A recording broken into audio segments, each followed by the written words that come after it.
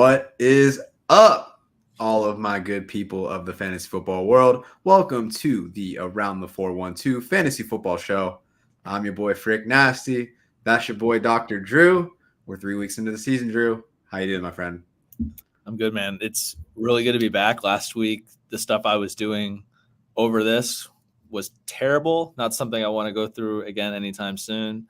Everyone's good. It's not anything like that. It's just a lot of work at work. So Yeah, my man. bye week was not really a bye week. It's good to be back. What do you mean you got a real people job? What is this? This isn't all that you do? It should be all that I do, even though Should I'm be. not very good at this. I'm way better at my other job. If you would have hit that week 2 money mill, you might have been able to really focus full time and be a real doctor. If I would have hit the money, if I would have played, for people that don't know the context, I was Marvin Harrison Jr. Cooper Cup swap away from probably winning the Millie Maker in week 2. I ended up losing by like 24 points to the top spot, and Cup had 7. I think Maserati had like 32 that week, and that would have been the change. And I was right there, but I was just like, do I really want to start Neighbors and Marvin Harrison Jr. and like just have a really rookie lineup? It was right there, dude. But I wouldn't quit my job. I would just tell Zayna she can quit hers. What a guy. What a gentleman. That is my nephew's dad right there. That's good stuff. Speaking of, I got my first dad shirt ever. What's up? Talk to me nice. Number one dad. Living it up. We're doing it good. So shout out to my my brother and sister-in-law hooking me up. But, you know, things to come on that front. But I haven't talked about that at all. And I was just like, I'm not going to be the one to bring it up for you. What? The baby stuff? You announced like on Twitter that you were having a baby, but you never brought it up on the show. But I was just like, I'm not going to be the one to steal your thunder. Dude's on the PUP, so I won't see any game action this year, but that's okay. It's been a really good start to just like the football season in general on that subject, just because it's like, right, so Sarah's a Browns fan, I'm a Steelers fan. Which fandom does the kid adapt? You have the home field disadvantage of like, now that I live in Cleveland, like what does that look like? Move. But 3-0, feeling nice. What didn't feel nice though, Joe Frick doing the injury updates from last week.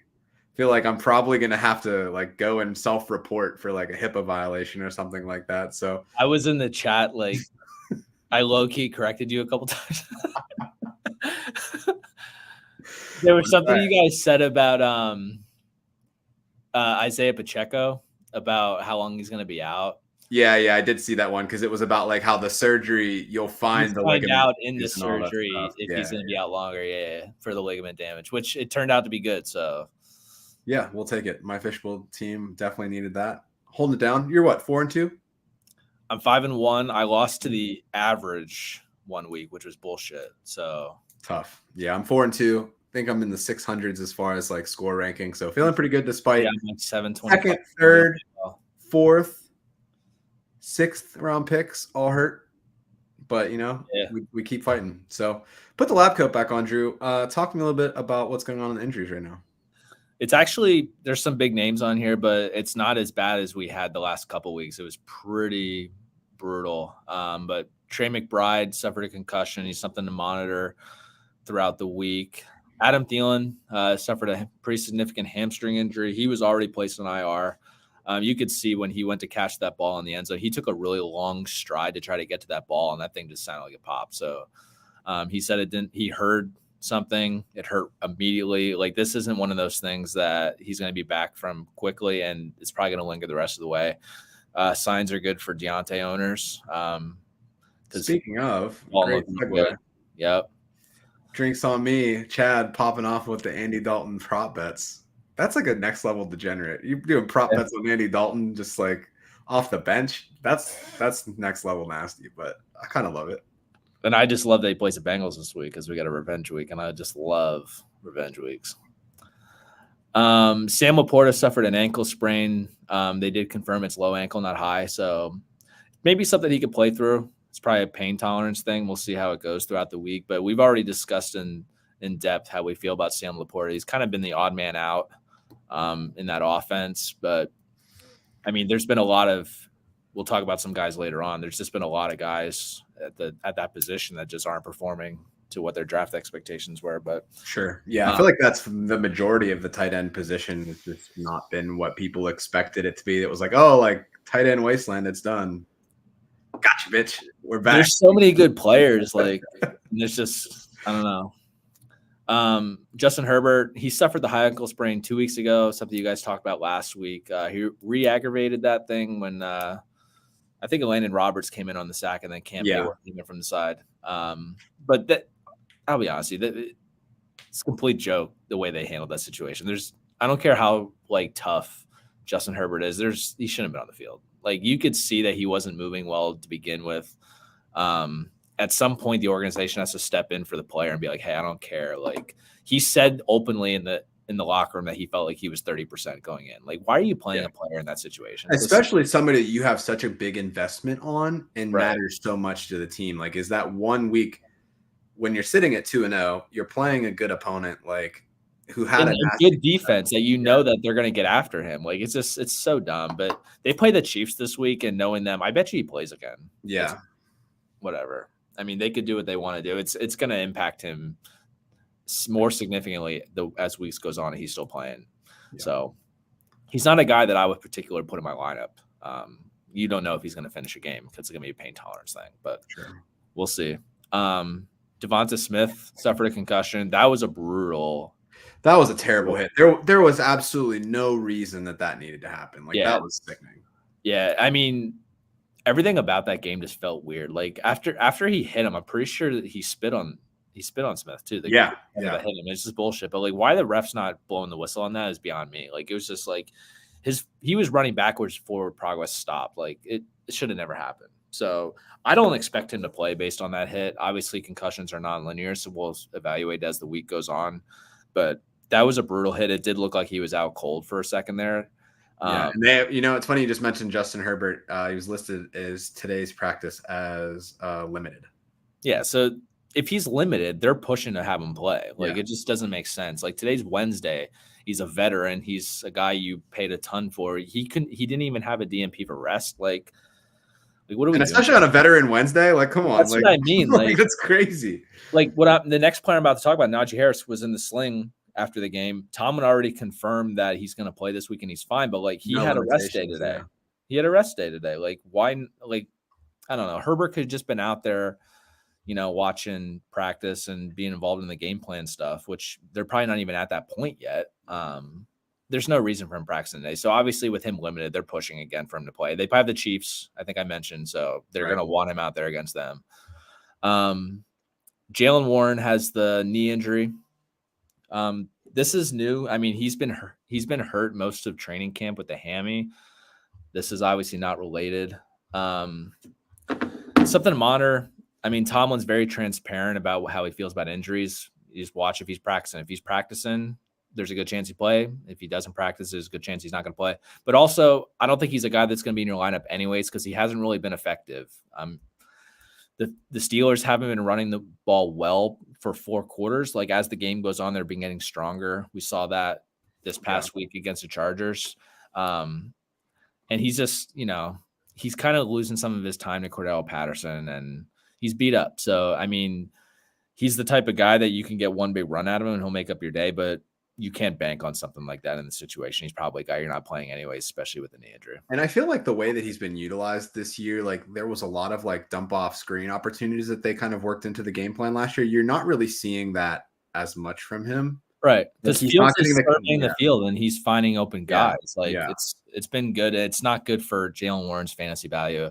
I mean, the fantasy football community has been all over Jaylen Warren for the last 2 years. And it's just like, it's so annoying for fantasy football analysts that like they don't really know how the Steelers operate. You know what I mean? Like they just want Jaylen Warren to be a thing, but they've always going to have Najee be the guy. Well, I think that everybody kind of gets into that. Like you look at like you have someone that comes in as like a spell back and they do well. And they're coming in on like third downs, like obvious passing situations, and they break like for a good run because there's no stack in the box. The defense is like, yeah, whatever. Like you see that with Pollard. You saw that with Tajay Spears last year. Like it happens quite often. And they're like, oh, he needs to be the starter. He needs to be the starter. It's very rare that you have someone that like moves into that role and elevates like to like where Austin Eckler was, where it was like, hey, like you have this like undersized guy who steps up and takes that role. I don't think it happens as often as you think, because those guys just aren't built to take that 20, 30 carries a game.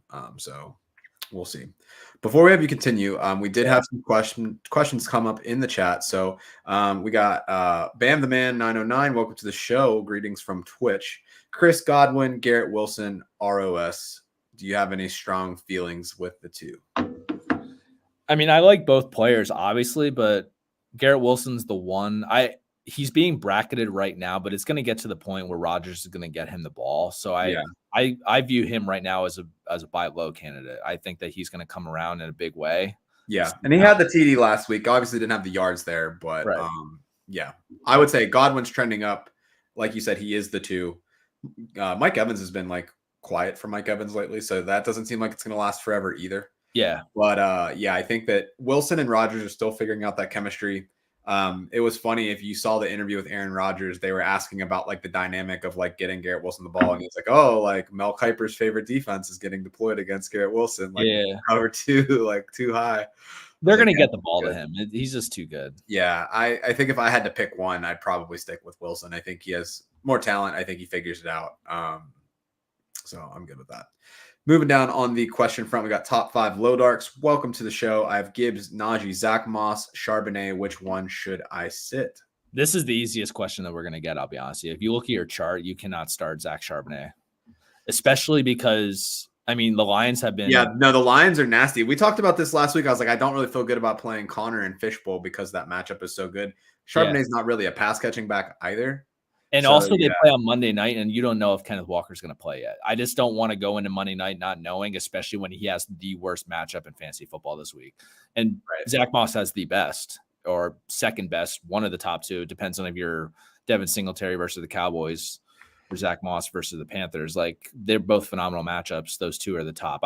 I would easily sit Charbonnet this week. Yeah, and I think Najee like has a very middling matchup with Indianapolis. Their defense has been kind of porous so far, but knowing that they don't have Warren and they're going to spell him with Patterson, I don't think they're going to give Patterson a 50-50 split. It's not really his game. He's a good change of pace. He looked pretty good actually last week when he did get touches, but I don't think we were at the end of the game though. Once we felt like they were worn down. It's just that the dynamic of Charbonnet against that defense, and then like just knowing that he might not even be the lone starter because there's still a chance of Walker plays. It's 50-50, but like you can't go into a Monday night with that kind of question mark against a good defense. Like it just doesn't make sense. Yeah.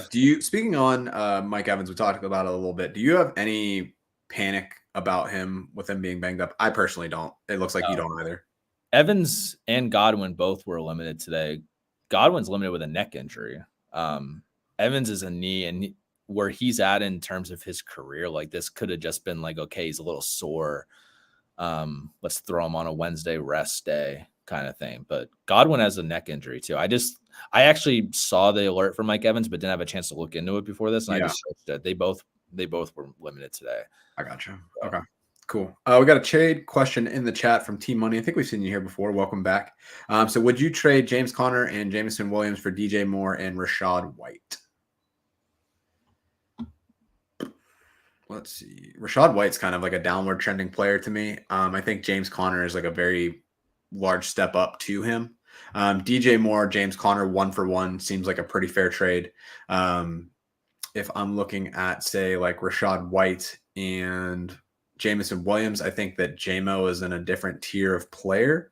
So I think that overall I would stick to the Connor and Jameson Williams side. I really don't like what's happening with Rashad White. We're going to talk about him a little bit later in the show.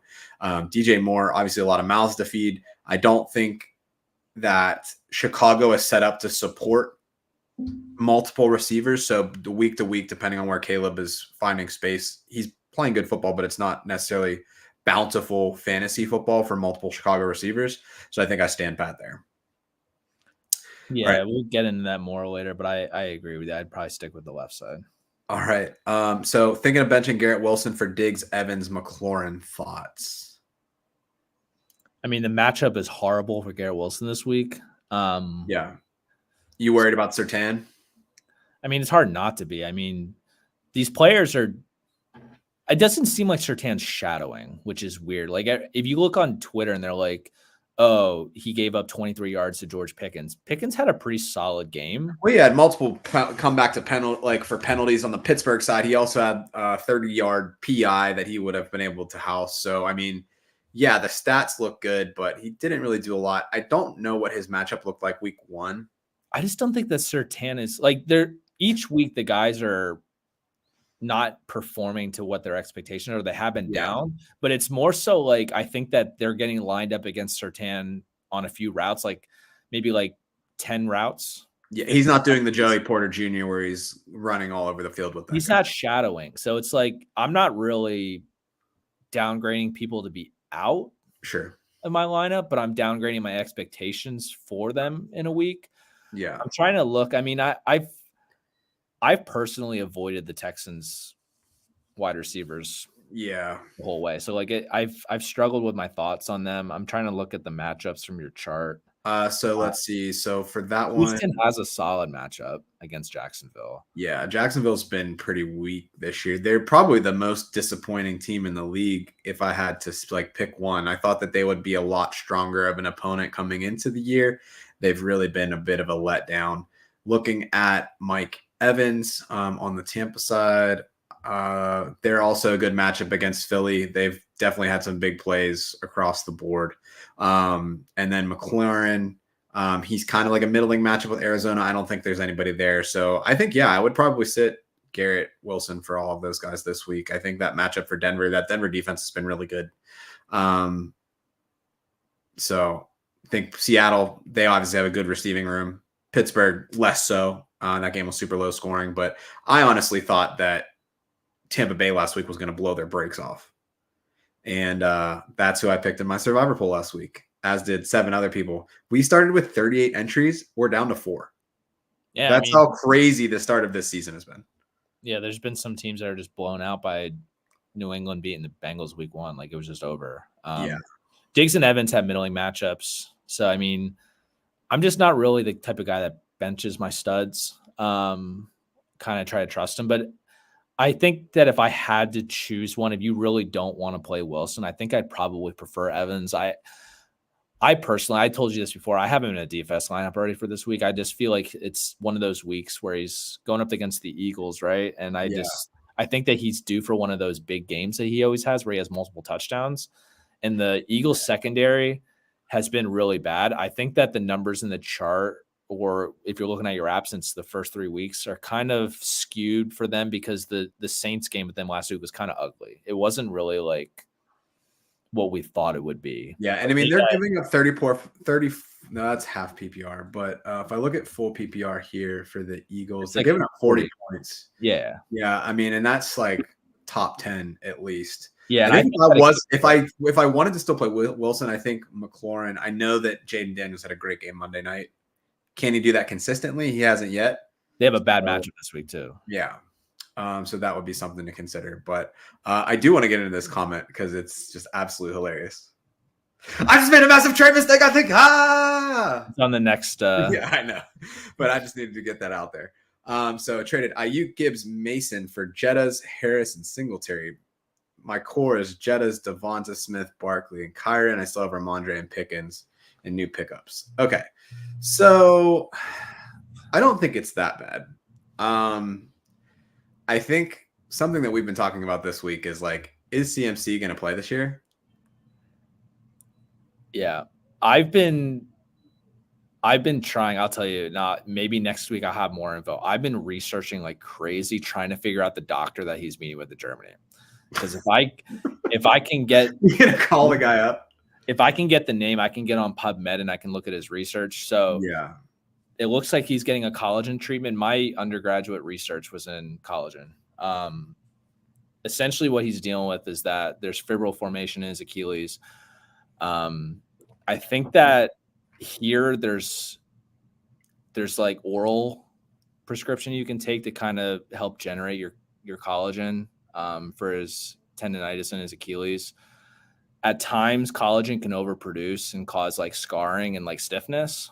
So I'm not sure why he's going to Germany. I'm trying to figure out why that is. If he's getting the injections that I think that he's getting, I think that he's going to be automatically out for 6 weeks. Just banking on that because of how long it takes for that to really work. So we're looking at week 9 already, and then slow ramp up. I think that there's a legit chance that he does not play in the fantasy regular season. I think there's a real shot. No, I think it's the longer that it goes and the longer that there's just no news, I think the worse off that we are. Yeah. When you go to Germany, that's bad enough. But just what I know about like what could possibly be going on out there, I think that you're looking at week 9 or week 10. I'm pretty sure they have a bye week 9. So I think that already pushes him to week 10. Yeah. So I think like value wise, like Ayuk obviously has struggled to start the year. Bit surprising, to be honest, especially like I was thinking like last week, all right, like this is the get right game for Ayuk. All the things lined up for him to be there. Didn't happen.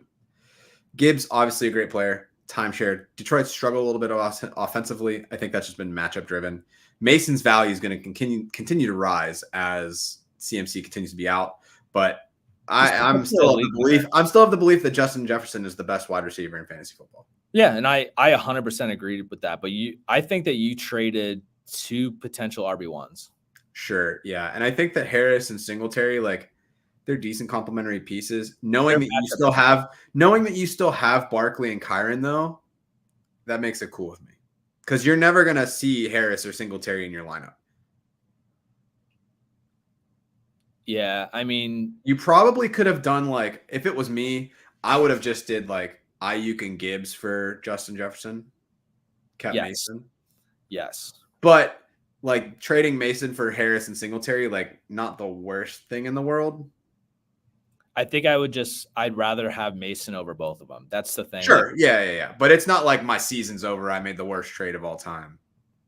Yeah, I think that it is kind of overreaction to how he feels about the deal. But I understand where he's coming from, because I think that Jordan Mason's a league winner. I do, because week 1 you got him right off the bat. Yeah. He put up 25 week 1. He's been consistent 15 to 20 without getting anything in the passing game. If he gets any uptick at all in that area, yeah, he can explode. And I mean, I'm obviously, my thoughts on CMC have no like actual guidance, because like I don't know what he's doing out there. If you think about the idea of going to Germany, that's a major red flag right off the bat.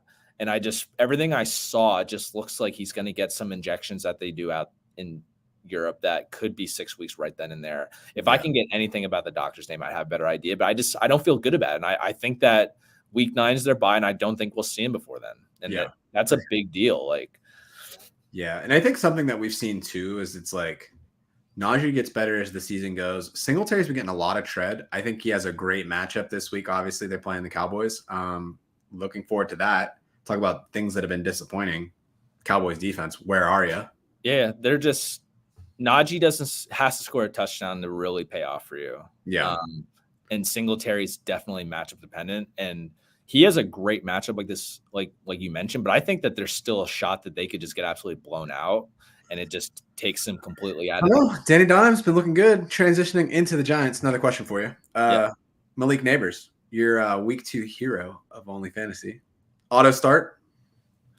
At this point, I think he's an auto start, because I don't know if his matchup really matters at this point. Like, he's just doing so good. I definitely prefer him over Adams and Wilson, I think. And he has a bad matchup this week. Yeah, and I think this week I would say like Wilson has the toughest match out of all of them. So I'd probably roll Devontae and Neighbors, but out of those 3, Neighbors I feel the most confident in. He's averaging like a 36% target rate this season, I think it is. It's somewhere in 35, 36. Yeah, and it's the most in the league. Like when we were like, oh, like Daniel Jones can't support a wide receiver 1, it was like, well, I don't think he's ever had like a professional wide receiver. And Dable's just like, all right, you're getting the ball all the time.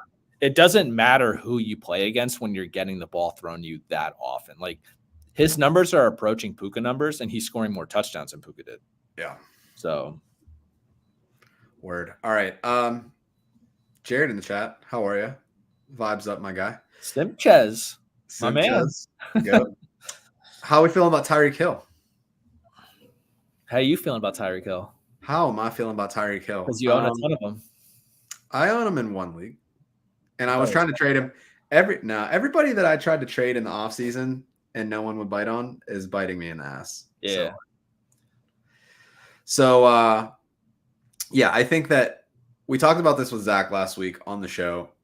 They're going to build the offense around Achane, try to get him the ball. They're going to try to get Tyreek the ball. I think Tyler Huntley is going to be an upgrade over Skylar Thompson, assuming that he doesn't play this week with that concussion. So I think Snoop will do some good for him. But I think you can't trade him. It's too much of a – you're selling at the lowest point that he's going to be. There is a potential that Tua comes back in a couple weeks and then it's business as usual for everybody. So I don't think now is the time. I think if he has a big week, then you can kind of consider the trade. And if you don't want to run that risk of him being more volatile, then you can. Is he going to live up to his ADP regardless of who in the backup role is going to be playing QB? Probably not. But I don't know if you're going to get enough value from him in a trade to go for it. And you're basically not going to get enough for it back. So I would say I would hold. I think I'm probably still starting Tyreek Hill. I don't think there's enough. He's just too explosive. One play is all it's going to take. So I'd probably just hold for now. Yeah. So you're Joe Fricht. Like, the thing is, you have to hold because you can't trade him at his value. And the thing with Tyreek Hill is that he won you a lot of weeks by himself. That's just not going to happen now. So it's like he's a solid fringe wide receiver one now, whereas before he was like a guy you expect to be top 2 week to week. He's not going to completely blow up, and I don't know what it's going to look like for long term. I don't think Tua is coming back anytime soon. I don't think that his IR stint is just the 4 weeks, because it seems more so based on what I'm reading and how I would perceive it as someone who's actually not a doctor, but just does research. Plays one on TV. Yeah. My thought process is that they're trying to put together a plan on how they can keep him healthy long term, and it's going to be a lot of meeting different doctors, examining what his health screening looks like. I don't think that this is something that they're going to rush back on, because they need to worry about him as a person, as well as he's not going to retire. He's already said it. But his long-term health as a professional football player and as a person, it's not about right now. Also, the Dolphins aren't winning games. So, like, there's the sense that, okay, they might rush into trying to get him back, but it doesn't work like that in this particular scenario. I think that they're going to go trade for someone. I think that Schefter has already said that on McAfee, but like, just reading the tea leaves, it just makes sense. I don't think the Steelers are going to move a guy like Russ. I know I've seen that on Twitter. I don't think that they're going to move him, because I think they'd rather feel more secure with what they have in their QB room, unless he says that he doesn't want to be the backup. That's a different scenario. I don't know if there's anything out there. They didn't call Ryan Tannehill up, so obviously they're not interested. Shocking. In that. Yep. I don't think Tyler Huntley is going to be a fix. I think that he was in a very good offense that played to his strengths.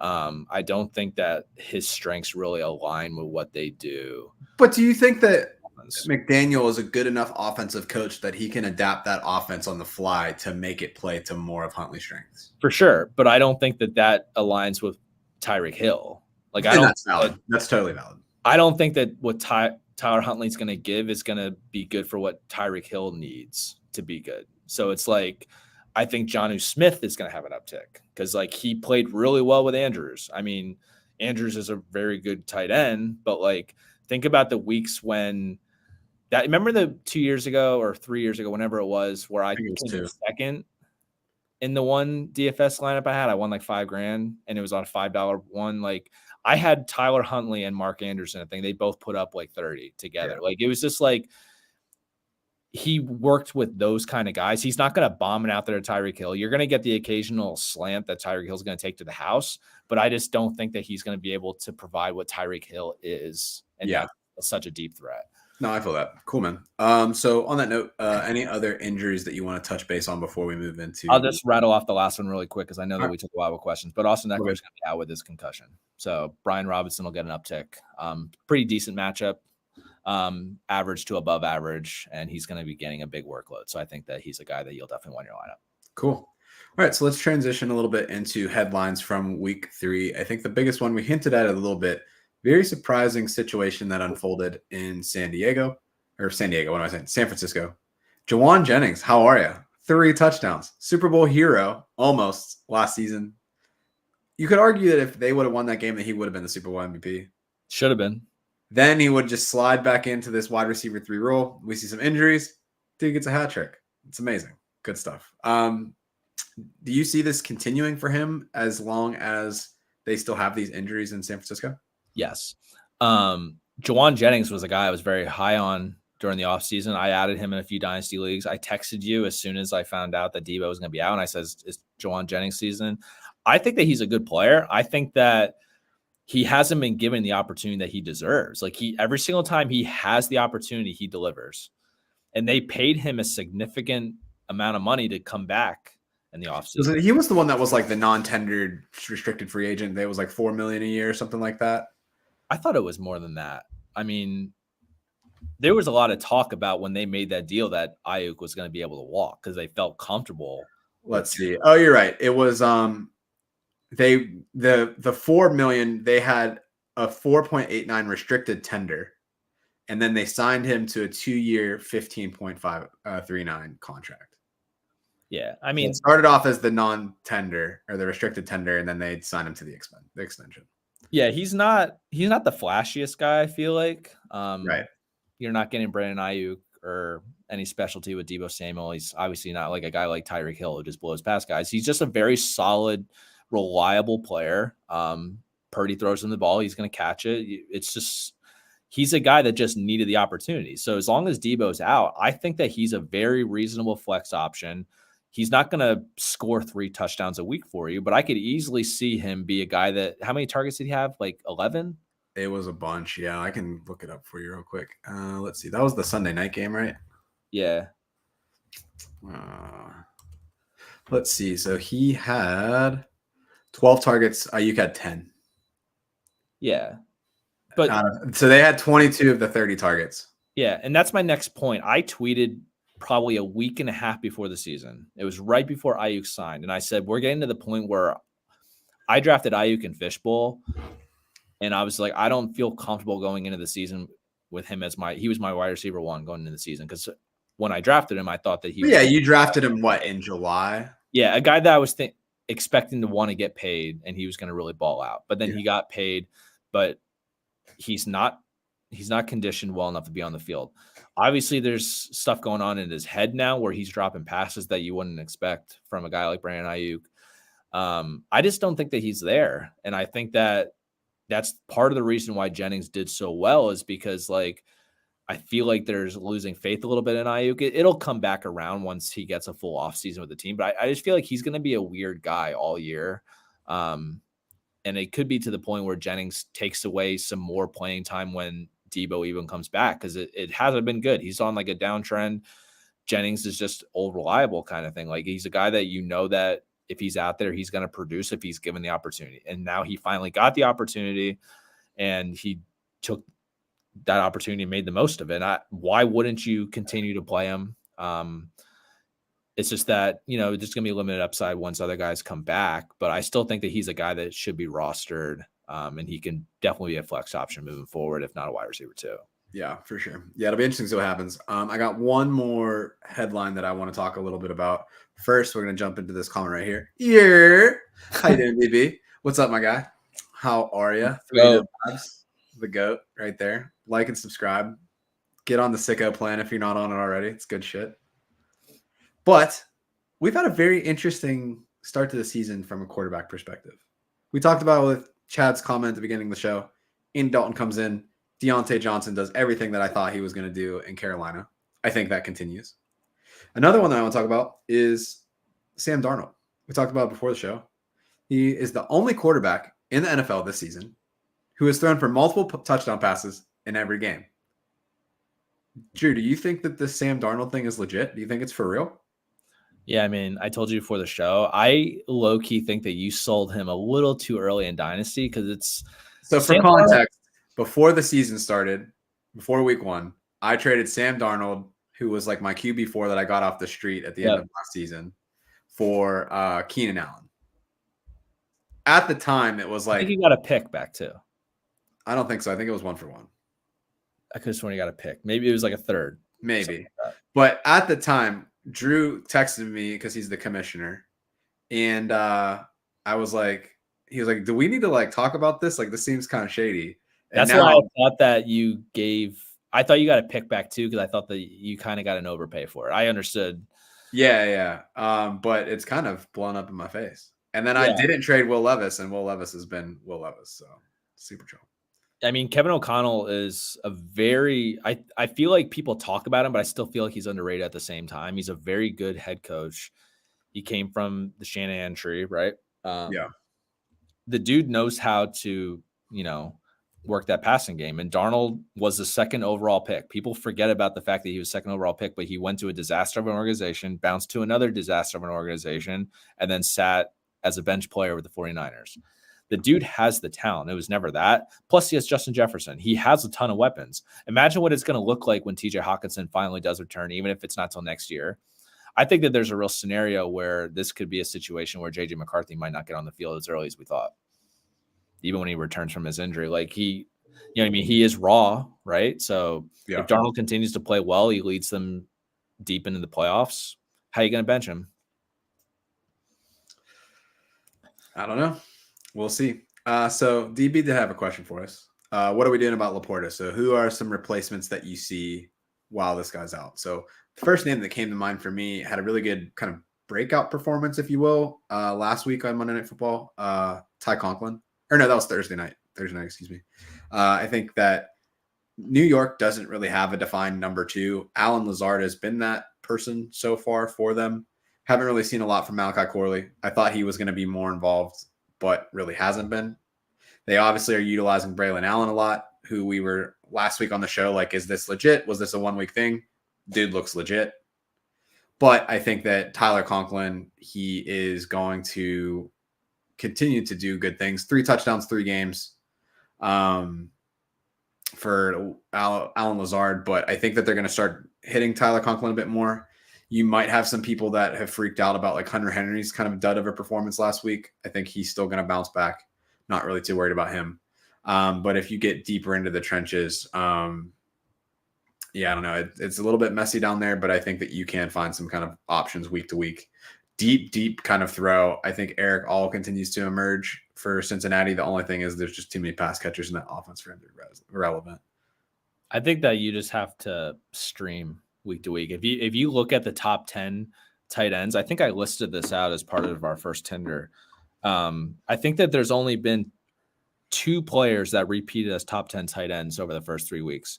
One being Brock Bowers, the other one being Kyle Pitts. Like, other than that, it's just like matchup dependent. Like in week 1, it was Isaiah Likely, Foster Moreau, Jawan Johnson. It's really just guys that get into the end Whoever zone. gets the touchdown, Whoever gets in the end zone. So it's like in week 2, we had blowups from Gesicki and Schoonmaker and Ertz. You just have to play the matchups, I think, right now until someone really starts to, separate. There's not really any faith in any tight end right now. I also wonder about someone like Tommy Tremble from Carolina now that he's getting targets. Yeah. But now that Dalton's running the offense, it's like, could he see like more of a breakout? Somebody to consider too. I mean, if you can get Dallas Goedert right now, that'd be ideal. I mean, if you're trading Goddard when he's literally the only receiver like option that they have, like, what are you doing? Yeah. Although you could probably get a haul for it. I mean, I think you just have to stream right now until we get some more clarity with these tight ends. Yeah. All right. Before we get into Tinder, we got a couple questions here as well. So one from Mr. Vengeance. I believe I've seen you here before, so welcome back. Lamb and Swift for Gibbs and DK Metcalf. Thoughts? I wouldn't trade CeeDee Lamb. As he really starts to work himself back into the offense after he missed the majority of camp. I mean, him and Dak are just what they do together for fantasy is just amazing. It's not a guy I would trade. DeAndre Swift has been terrible. And I personally think he's losing his job to Roschon Johnson, a guy that didn't even dress the first 2 weeks and came out and almost had a 50% opportunity share with him and Swift hasn't really done anything to earn that job. I like Gibbs. I think DK is going to be up and down. I think I would rather just have Lamb, who I can count on week in and week out, who can win me my weeks as well. I like it. Yeah, I don't think I would make the trade. It's a fair trade. I think Swift is kind of being like the struggle. I don't know if that's going to be season long. Could be a lingering issue or something like that, injury wise. But yeah, it's not on the injury report. So who knows? Would you trade Pitts for a first and Sanat in a dynasty plug in Otton for now? Use the first to get depth on a competing squad with no picks currently. No. Yeah, I don't like it there. Yeah. I mean, Pitts hasn't really lived up to the hype. You would think that like the breakout that he's having, like he's been like tight end 8 going into the year. He's pretty much performed as tight end 8.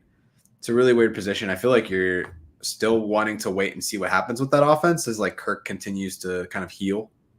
That's what I was going to say. I don't think that the potential that the Falcons have is really untapped yet. I think that he's going to perform much better as the season goes along. Kirk's still rusty. He missed half of last season, and they're lining up in the pistol, I believe, because he can't get under center and really drop back right now. Like he's still recovering. I think that they're going to get better, and the way that Michael Penix looked in camp to the point where they didn't even feel like they needed to play him in the last couple preseason games. Like I'm very confident in what he could do for Kyle Pitts once given the opportunity as well. I think energy, baby. Yeah. Especially because I don't really like his options otherwise. Like sure. I think Ben Sinnott was a little more overblown than like people wanted it to happen. He has a really good like athletic profile. Yeah, but the opportunity are confident a bit for that. But like Zach Ertz is not giving up that spot anytime soon. Yeah, exactly. So we'll see. Cool, man. All right. Well, you know what time it is. You know what the people want. It is time for Fantasy Football Tinder. So let's get the faces where they need to be. If this is your first time on the show, welcome aboard. We are about to start Fantasy Football Tinder, where every week we talk about trending topics in the fantasy football landscape. Just give me an example of what this will look like if you are married, or maybe you just don't have a cell phone, or you don't believe in love. I don't know. But let's look at our friend Zach here. He was on the show last week. And the question for you today is, was Zach the greatest around the 412 fantasy football show host ever? For everybody that's probably not in this little square right here, probably going to vote yes. But like, he's the GOAT. He's the man. He is Pittsburgh Twitter, obviously swiping right. For the bitter souls that you can see on the screen, probably like, nah, man, like I spend so much time on this, like respect me. So where do we want to start today?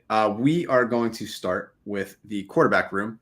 There was a lot of talk in the offseason about this guy. People were saying that he was going to break fantasy football, do all of these crazy things, was getting drafted as high as the 4th, 5th round. Hasn't really been sitting pretty so far. Drew, talk to me how you feel. Are you getting Richardson or you die trying? Yeah, I know you like that. It took me a second to really allow what that needed, what it deserved to get out there. It was a good one. This is really tough. I'll be honest with you. Like I was high on Richardson. Everybody was high on Richardson. There's a lot of people that were, trying to be sensible and think about the fact that he was going over like Jalen Hurts, and like Patrick Mahomes, Lamar, guys that we have seen do it for a guy that, okay, we think that he's going to do it. I'm not giving up on Anthony Richardson yet. The main thing that he's really struggling with right now is just turnovers. Like the dude is just getting destroyed by the amount of fumbles and interceptions that he's having week over week. He's not getting in the end zone outside of week 1. The thing for me, I was trying to look into the numbers a bit. He's 25th in the league in pass attempts. They're not even throwing enough for him to, if he has a turnovers, throw enough that he could potentially make up for those interceptions, like some other players. He's 24th in protection rate. Like he's running for his life back there. Even Which on that, is weird because he's not running a lot.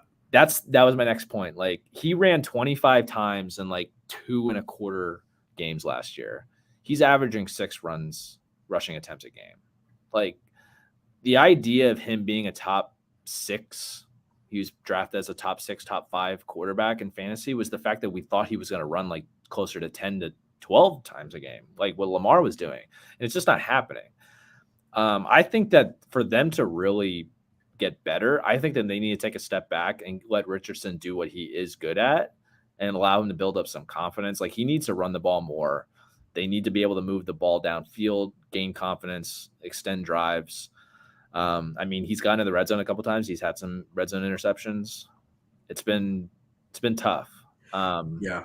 But if he doesn't run, it's not going to happen. And I think that they need to get back to who he is. The other concern, too, is that when they get in close, they're giving it to Jonathan Taylor. There was a lot of discussions about, is he going to get to run the ball in the red zone? And they really haven't given him the opportunity to do so. So just so I got you down for the record, which direction are we swiping? I'm still swiping right. Okay. Because there's still so much opportunity there for him. There's so much meat on the bone. He just needs to clean up the interceptions first and foremost. Like, if he keeps turning the ball over and he's getting -2 after -2 after -2, and they're not extending drives because he's throwing picks, he has to be on the field. The pass attempts are going to go up as he's on the field more. The rushing attempts are going to go up. But until he cleans that up, I don't know if you could start him. That's the thing that sucks, is that, like, he has to be on your bench right now because he's not protecting the ball. And if he doesn't protect the ball, he's not going to have the opportunity to score.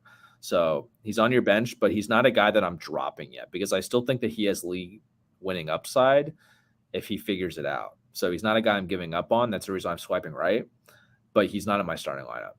Yeah, I agree with a lot of what you're saying. I'm going to swipe right as well. So it's interesting. Like, for this particular week, I agree. I need to sit down and have Anthony Richardson on the bench. Like, I just can't play him against the Steelers. The Steelers really know how to attack mobile quarterbacks. They get a lot of practice with Lamar Jackson. So I feel like they are going to be a really tough matchup for him. He currently has the pretty much most inaccurate throwing percentage in the league right now. He's missing a lot of open guys. He also has the second most drops in the league so far this season, so that's less than ideal. They just got Josh Downs back. I think he's going to become a very big safety blanket for Richardson, which he was last year as well. And like you said, he's not running a whole lot, but some things that give you some idea for hope. He's first in air yards, first in money throws, third in danger throws. So kind of like that live by the sword, die by the sword kind of thing that you're saying. So he's putting the ball in danger, but he's also doing the most with it. I was looking at those numbers a bit too. I think that they might have been a little inflated by a couple of long balls that he hit to Alec Pierce. Yeah, sure. Then they could be for sure. But to your point, though, it's good that he's taking those shots. Right. Because when he does hit them, that's been saving him, essentially. Like, imagine if he didn't hit a couple of those throws. Yeah. Like, the dude's probably giving up he's like 2 or 3 points a week. Yeah. It's brutal. Yeah. And I think the other thing too is he's only played 20 games since he graduated high school. Yeah. So he is a second-year player, but this is his 7th, 8th pro game. So you drafted him for the rushing upside. If you look at last week, he got tackled inside the 5-yard line twice. His stat line looks very different. I don't think you drafted him because you thought he was going to become this pocket passer. He hasn't been running as much yet, but I don't think that has gone from his game. So then you need to stick with it and see where we're going. So let's go to Tinder 2. We're going to go to the sunny Tampa Bay, Florida, where my dreams were crushed in my Survivor poll last week. We saw Bucky Irving kind of take the Tampa Bay backfield by storm. One of the knocks on Rachaad White going into the year that, yes, he was a top 5 running back in PPR last year, but he wasn't a very efficient running back. Yeah. That has continued into the season. Drew, are you waving the white flag on Rachaad White? I am waving the white flag on Rachaad White. So I've kind of been down on him for the last couple of years. I sold high last year in a lot of dynasty leagues because what he was doing was not sustainable. Like, he needed a ton of opportunity to get to where he was going. Everything that he was doing was in the passing game. And he scored a lot of touchdowns last year, which is, again, not sustainable. He's only averaging 3.6 yards per carry last year. Bucky Irving is for real. Like the dude has looked He's very good. And you know what? I don't know what it was, but I feel like when he was coming out of Oregon, there were a lot of concerns, I think, about like his 40 time or something like that, that people like really weren't impressed with. I don't Yep. remember the specifics of what it was, but Yep, that's what it was. Yeah. when he played at Oregon, like he could ball for sure. Yeah. Yeah, I mean, he's a dude that has absolutely earned it, and Todd Bowles flat out said that it's going to happen. But back to Rachaad White, like he's 45th in rushing yards per game. He's 48th in fantasy points per opportunity. Like when he touches the ball, It's nothing. there's nothing. Like he needs to have like he was he like 90% snap share last year, I think at some part. Yeah, it was up there for sure. Yeah. He, like unlike Kyron Williams, who like he didn't need that because he was very efficient. He was doing very well on the majority of his touches. Well, Rashad and White, Kyron Williams, if you look even like at this year, Kyron Williams, he has been on the anytime that the Rams are in the red zone, he's on the field. yeah, but to my point is I don't think Kyron Williams needs to be on the field that much. Like I felt comfortable with him at his spot when if he was like a 60-40 guy with Blake Corum. I didn't believe that it would happen, but I still felt comfortable with it. I'm not comfortable at all with Rashad White being in that run. Like he very quickly becomes into the I'm just gonna swipe left while we're here as well. Yeah. He very quickly comes into the like Ajay Spears kind of role where it's like you're banking on a lot of like receptions to make it like a viable thing. Yeah. Which is not what you want because he was what, 3rd, 4th round pick this year?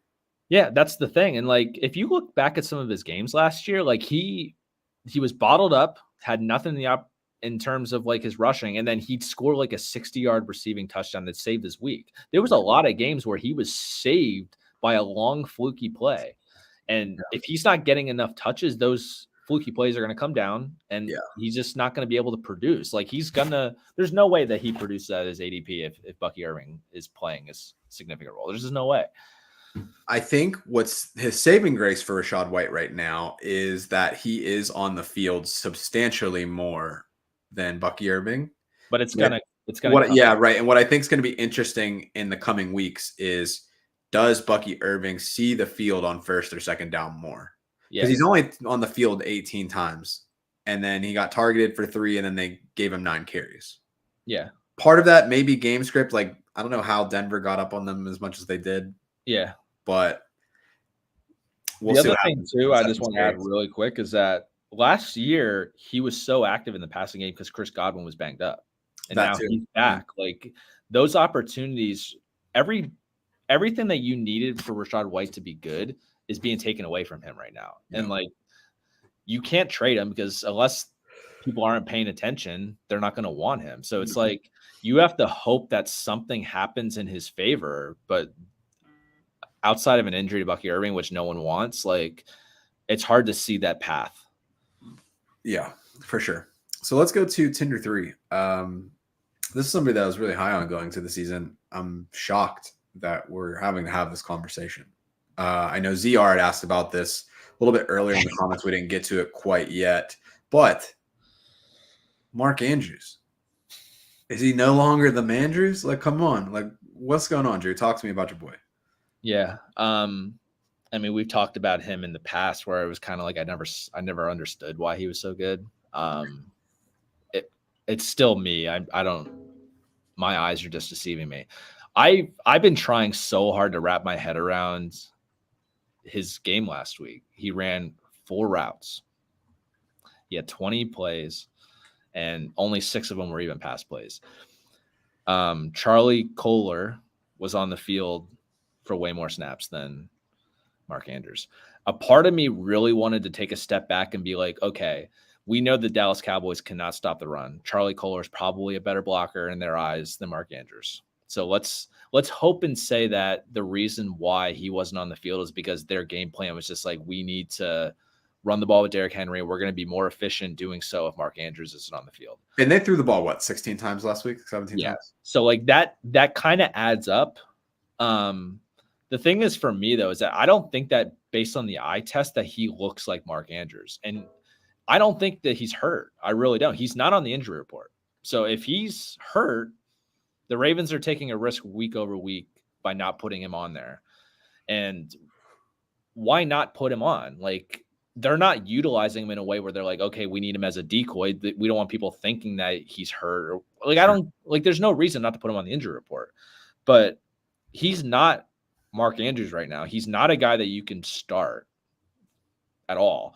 The only thing that I could think of, like I said, I've been thinking about this a ton because like it just doesn't make sense, is that Mark Andrews was their number one target, their best weapon for several years. What if the team just finally caught up and now they have better weapons and it's just taking his opportunity away? Zay Flowers is a very good wide receiver one. Like for them, he's a good wide receiver one. Does very well. I mean, Derrick Henry, he's a guy that's gonna be fed. Lamar's gonna run it. They're still trying to make Rashad Bateman work. Like they just have more weapons there now that they don't need to make him the guy. And it could just be that like time has caught up with him, the team has caught up with him, and that his opportunity is just going to dwindle so far that he's just not going to be a guy. And I'm swiping left. Like you cannot start him at all. I don't even know if one big game is enough for me to start him moving forward because I just don't think that his opportunity is there now because the team is better and he just doesn't look the same and he's not hurt because he's not on the injury report. So something's going on there and it has to be just we don't need to throw him the ball as much as we were throwing him the ball anymore. So he's just going to be an average to below average tight end, just like the position has looked. It's kind of similar to what Travis Kelce's going through because Xavier Worthy, Rashee Rice, and like all these other guys are getting opportunities. So Travis Kelce doesn't need to do it all. He's not going to be a guy you can depend on week over week. He's going to be a touchdown dependent tight end, just like everybody else at this point. And it just it sucks for Mark Andrews owners, but that just seems like that's what it is. Yeah. 8 targets in 3 weeks is not something to really be too excited about. I do think that I will play him this week. I'm going to keep swiping right. I'm not ready to quit the guy just yet. Do you feel like you have to, though? Do I feel like I have to? No. If I have better options available to me, I probably would. But like, am I going to go and play, I don't know, Mike Gesicki over Mark Andrews? No. Even though he has a solid matchup. What about this? This is probably not a good option because I don't think that either guy is seeing enough targets or running enough routes. But like the Chargers have a phenomenal matchup. Like, would you consider if Will Dissly was running enough routes or lining up in the slot enough, would you play him? No. Like, you're not going to stream over Mark Andrews. Okay. Not with the way that Justin Herbert is right now. Yeah. It's really tough because I just don't think that there's anyone good to feel comfortable about at the tight end position, to be honest. So it's like you play him because you have no other options, but like there's no reason why anyone should play a guy like Mark Andrews, a guy like Travis Kelce, or any of these guys and expect them to get you more than like 7 to 10 points. Yeah, no, for sure. And I think too, like it's also interesting that he hasn't seen any red zone targets when he was the leading pass catcher in red zone targets. And it's like, even if you don't want to use him to get up the field, he's your biggest weapon. That shouldn't be surprising to us, though, right? Because like we said it week 1, when they get close, Derrick Henry's getting the ball. Like, they're also scheming likely to get those jump balls too.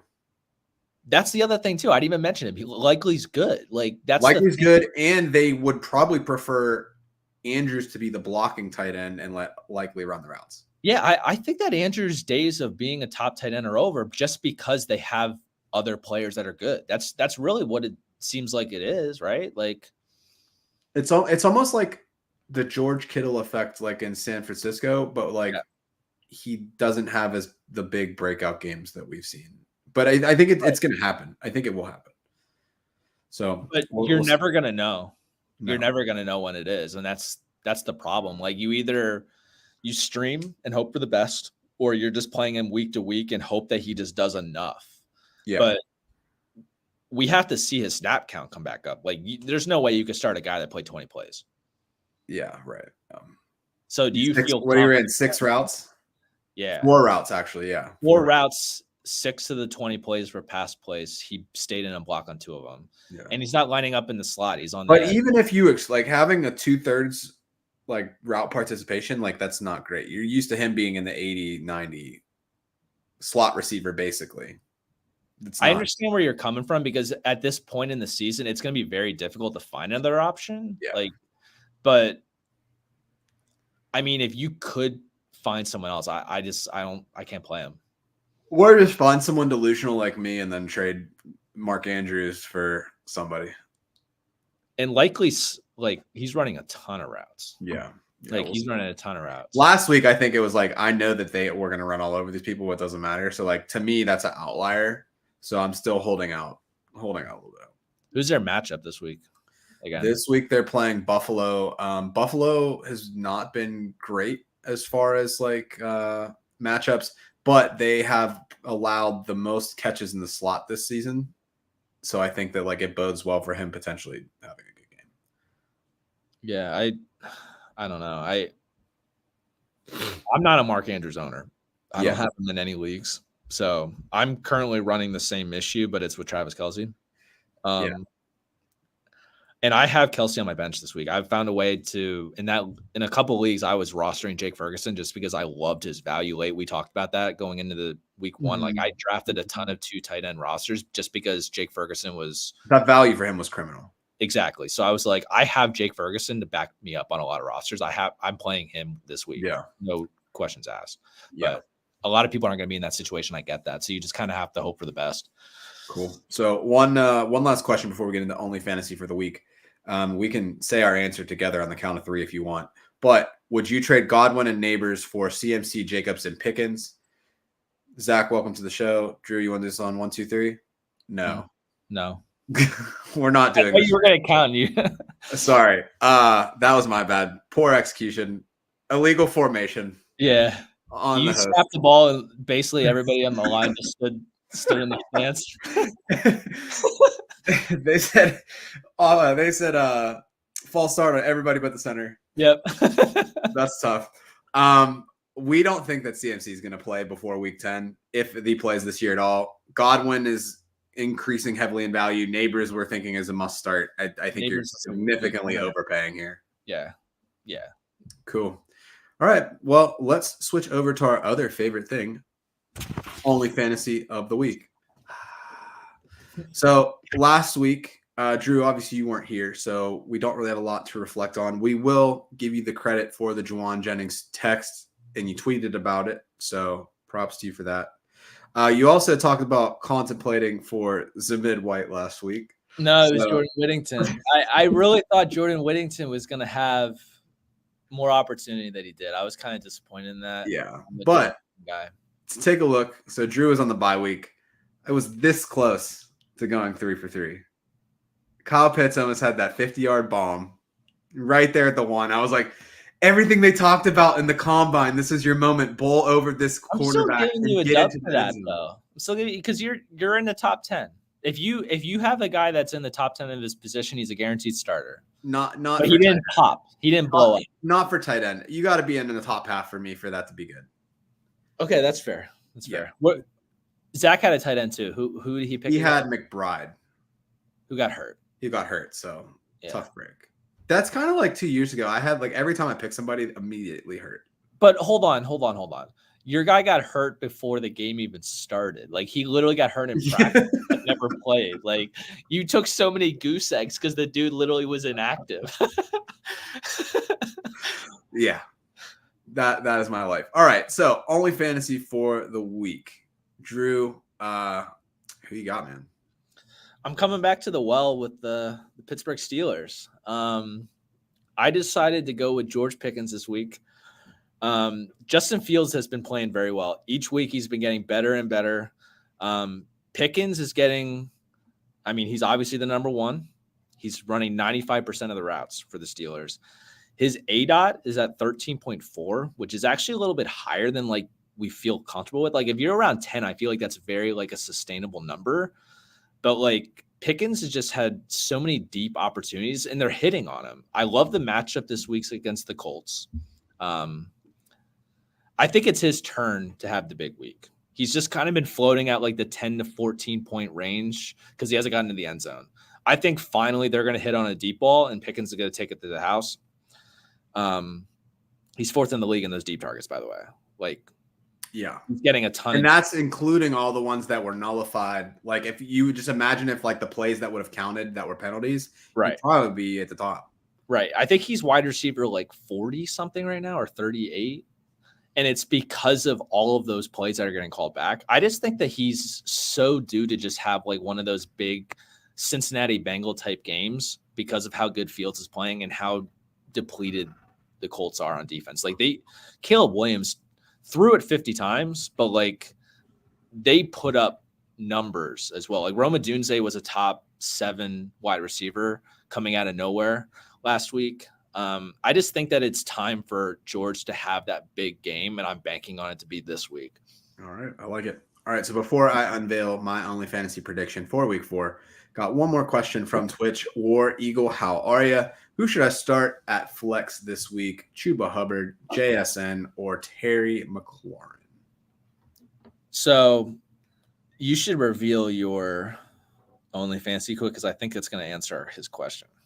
Yeah, so to get into that, I'm going to hide your comment real quick, and then we'll talk about it. So my only fantasy for the week is going to be none other than your boy, Geno Smith, West Virginia product. How are you? So I think that they are set up really good for a big week. I don't think that Kenneth Walker plays again this week.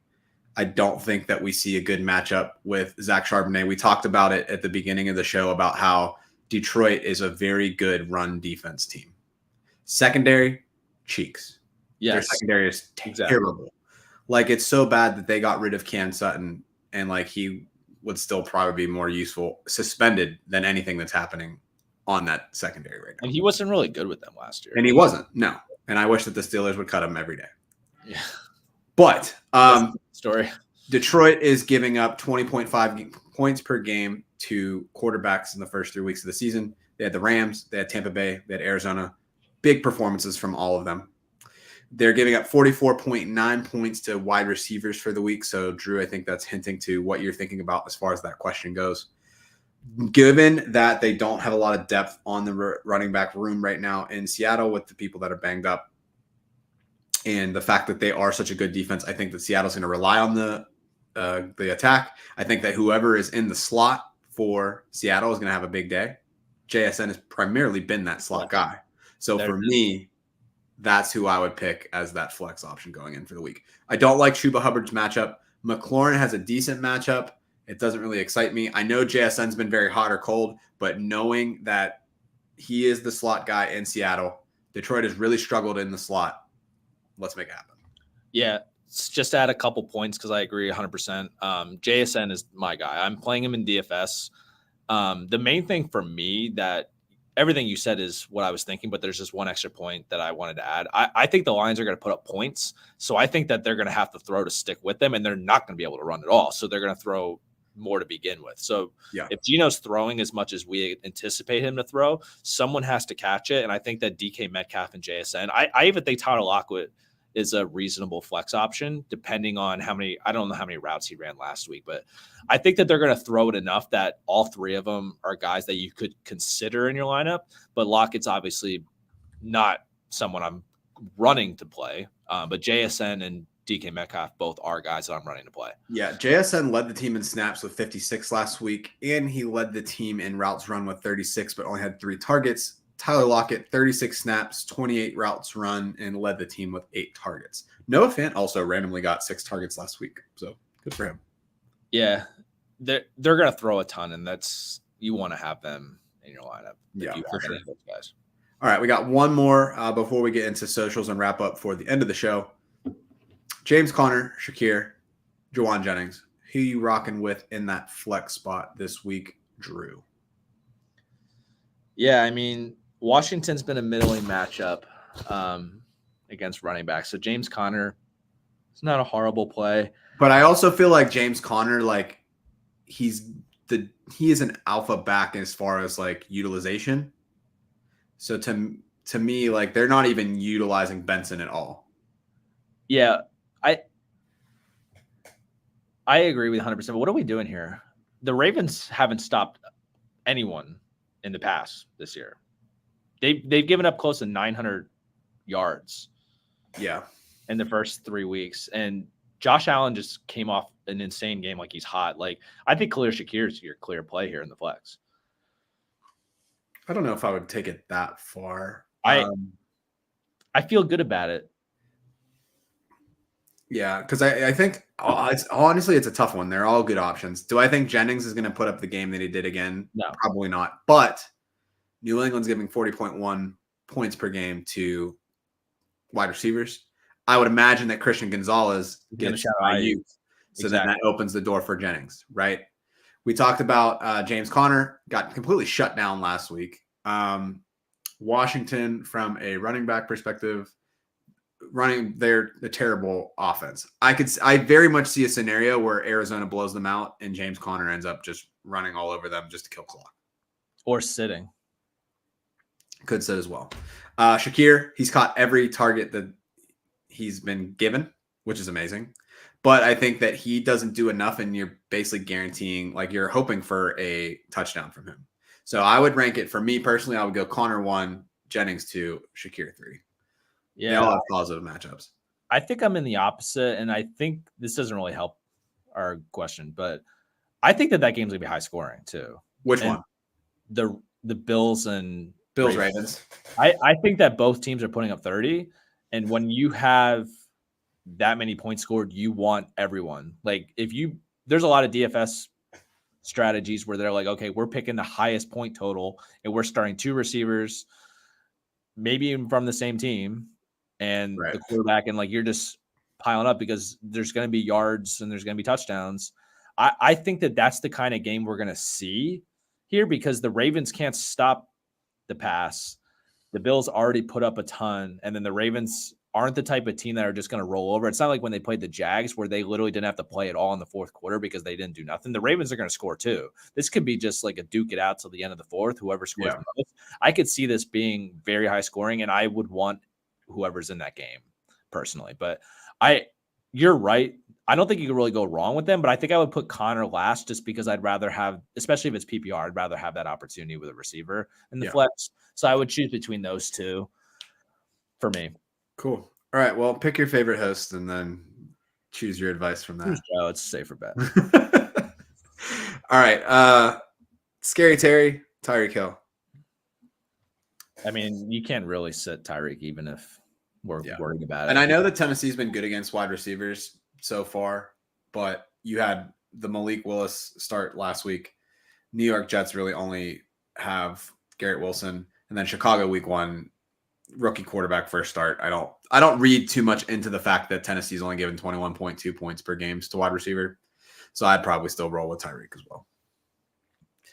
All right, Drew. Well, I'm going to put this comment down. I'm going to put these lovely faces that we know are going to have a big week down. And let's pull up our socials. If you're looking for us, have questions, advice, etc., you can find us at all of the platforms down below. So AT412FF Show, that is the X page for the channel. You can see our personal handles underneath our names on here. So at JOEFRK, at Drew Hannis.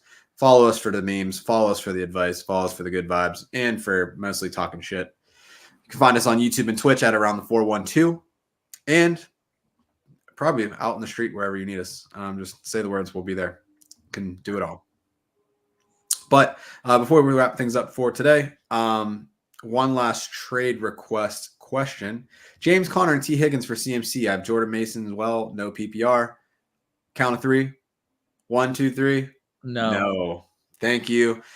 We still don't think that CMC is going to play. You're giving up a lot of real estate here, and especially in a non-PPR format. I don't think that it really serves you very well. If you already have Mason, you have the upside of CMC without any risk. Why trade away your depth and take on the risk when you already have the fruits of what's going on? So wouldn't do it for me. What if I think there's a scenario where people start dropping CMC? But you have to pick them up. A few weeks. You have to pick them up, though. Yeah, if you're the Mason owner, just wait for that. Like, don't give up anything for CMC. Everyone's going to look to just, flip on him. But there's a good chance he's not even going to play in the fantasy regular season. So we'll see. But that's going to wrap us up for this week's show. One thing that I want to bring up, since we've been talking about it every week so far. So Rocking Around the 412 initiative that's been 7 years strong now. Trying to bring a better holiday season to children in the 412 and 724 area codes. So if you're not in the Pittsburgh area, that is the Pittsburgh area. So in the link and comments for the show, you'll see a GoFundMe for that. We're trying to get at least 30 kids sponsored this year. Last year we had 26. So hoping to break the big 3-0. Hasn't been done since 2021. So be on the lookout for that. if nothing else. Also, what you'll start to see on Reddit as well as our Twitter page. I'll show this to you real quick. This is our trade value charts, or not trade value charts, excuse me, matchup charts. A little less sexy this week because we're giving you the same information that you're going to see on your different fantasy apps. But moving forward, let me bring this in. Why is it so low? That's interesting. Let's try this. Let's try this. There we go. Oh, that's cool. Technology is fun, friends. So let's get rid of this, and then that way you can see everything that's going on. But if we zoom in a little bit here, what you can see is that this is a trade value chart. Ignore this stuff. This is all from last year, so we'll just hide that real quick. Probably people that aren't even on teams anymore. Aaron But Waller, good matchup. yeah, right. It's killing it. But what this is saying is the teams that are on the left here, these are the defenses that we're going up against. This on the right here is telling us who are on our teams and how do they fare against these opponents. What this will do is that every week we'll publish this chart, and it's going to give you the info based on the last 3 weeks of the season. If you're looking at ESPN, Yahoo Sleeper, they're going to give you season-long totals. So when you had the Denver Broncos defense last year give up 60 points to Miami, that's going to loom in their rankings throughout the whole year. But is that really reflective of what they're doing? Probably not. So this heat map, because they like way better. Exactly. So if you're looking here, anywhere that you see a blue matchup, that's good news for the Arizona Cardinals. So we're looking at Kyler Murray. We're looking at Marv Harrison. Big matchup for them this week. On the flip side of it, if you're playing against the Steelers, you don't want to mess with that. Not looking good for Anthony Richardson. Not looking good for Jonathan Taylor. And you can kind of see that as that goes. And you can see where there's different value in pieces like that. The one that gets people tripped up quite a bit, DST. So we are looking to start the Miami defense against Tennessee. Not surprising. Will Levis has been good for a controller disconnect, a week-worthy turnover. And they've had a couple of defensive touchdowns allowed. So that is the Miami defense against the Tennessee offense. The rest, other way around. But you'll see these everywhere. They're a really popular tool on Reddit. I'll post them there on my personal account. You'll see it on the channel and on the page. So hopefully something that people will continue to use. But with that, Drew, week 4 primer, any last closing thoughts? No, man. Good luck to everyone on week 4. All right. Well, without further ado, best of luck in week 4, like Drew said. I'm Joe Frick. That's Drew Hannes. Have y'all self a good week. Peace out. Ooh, I almost ended the thing without ending the stream.